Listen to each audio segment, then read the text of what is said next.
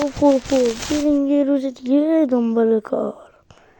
اینجا ماشین سفارش بدیم، ماشین خیلی با کلاسا.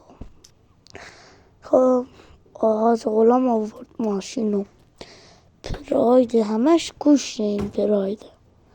خب بریم پلیسشون به نظرم. نه کتاف نداره. خب بریم همین وراز فکر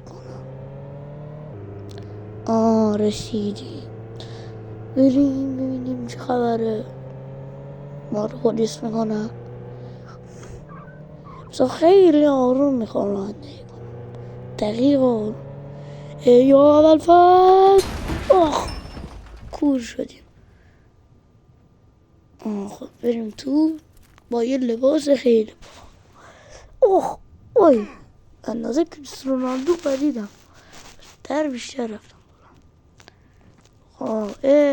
ایشون سلام محمد، ما پلیس میخوام. پلیس خب دیگه آقا من پلیس میخوام. نکن من میخوام. آقای حاج غلام، خب اسمت چیه؟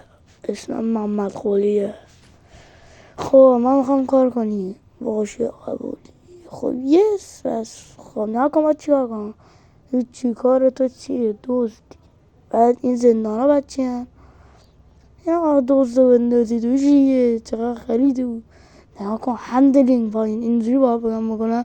بعد اینجوری ها. آره خوب شد بنام. یس. خب بچه ها ادامه دارد.